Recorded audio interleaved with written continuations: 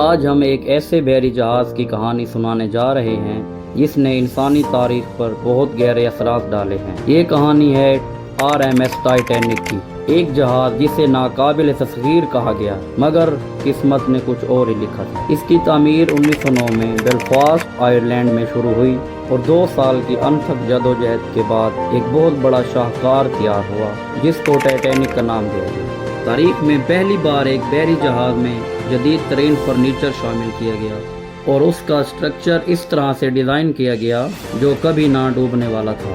اس بحری جہاز کو بنانے میں تقریباً $7 ملین خرچ کیے گئے، جو کہ آج کی تاریخ کے مطابق تقریباً $400 ملین بنتے ہیں۔ اس جہاز کے کیپٹن کا نام ایڈورڈ جان سمتھ تھا، جن کا تعلق انگلینڈ سے تھا۔ 10 اپریل 1912 کا وہ تاریخی دن تھا جب ٹائٹینک نے اپنا پہلا اور آخری سفر انگلینڈ کے ایک شہر ساؤتھ ہیمپٹن سے شروع کیا۔ جہاز پر تقریباً 2200 افراد سوار تھے، جن میں امیر ترین شخصیات سے لے کر نئے خوابوں کی تلاش میں جانے والے عام لوگ بھی شامل تھے۔ جہاز کا ریڈیو سسٹم جو جیک فلپس اور ہیرالڈ برائٹ چلاتا تھا، یہ پیغامات بھیجنے اور وصول کرنے کے لیے استعمال کیا جاتا تھا۔ یہ دونوں جہاز کی سیفٹی کے لیے جہاز کے فرنٹ پہ موجود تھے، جو دور سے آنے والی چیز کو دیکھ کر اپنی ٹیم کو الرٹ کرتے تھے، مگر دور تک دیکھنے کے لیے بدقسمتی سے ان کے پاس ایک آلہ موجود نہ تھا جس کو دوربین کہا جاتا ہے۔ یہ جہاز اتنا لگژری تھا جس میں شاندار سیڑھیاں، سوئمنگ پول، 5 اسٹار جیسا فرسٹ کلاس ڈائننگ روم موجود تھا۔ ٹائٹینک اپنے پہلے سفر پر تھا اور اس کی رفتار کافی زیادہ تھی۔ جہاز کو برفانی تودوں کی موجودگی کے بارے میں واہی پیغامات موصول ہوئے تھے، لیکن ان پر خاطر خواہ توجہ نہیں دی گئی۔ جب جہاز کے چوکیداروں نے برفانی تودے کو دیکھا تو اسے ٹکرانے سے بچنے کے لیے بہت کم وقت بچا تھا، مگر جہاز کے کپتان ایڈورڈ سمتھ نے جہاز کی رفتار کو زیادہ رکھا۔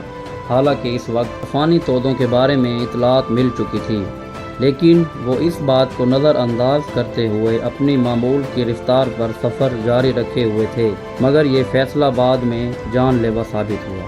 رات کا وقت تھا اور چاند کی روشنی بھی بہت کم تھی، اور اس کے علاوہ موسم بھی بہت سرد تھا، جس کی وجہ سے برفانی تودا زیادہ نمایاں نہیں ہو رہا تھا۔ جہاز کے مجموعے کی وجہ سے ٹائٹینک کو اس المناک حادثے کا سامنا کرنا پڑا۔ جہاز برفانی تودے سے اپنی دائیں جانب ٹکرایا۔ یہ ٹکر اتنی شدید تھی کہ جہاز کے نچلے حصے میں تقریباً 300 فٹ لمبا شگاف پڑ گیا۔ پانی تیزی سے جہاز میں داخل ہونے لگا اور جہاز کا پچھلا حصہ آہستہ آہستہ نیچے ڈوبنا شروع ہو گیا۔ جیسے جیسے پانی اندر بھرتا گیا، جہاز کا اگلا حصہ اوپر اٹھنے لگا۔ 15 اپریل کی صبح 2:20 پہ ٹائٹینک سمندر کی گہرائیوں میں سما گیا۔ جہاز پر موجود مسافروں اور عملے کی تعداد کے مقابلے میں لائف بوٹس بہت کم تھی۔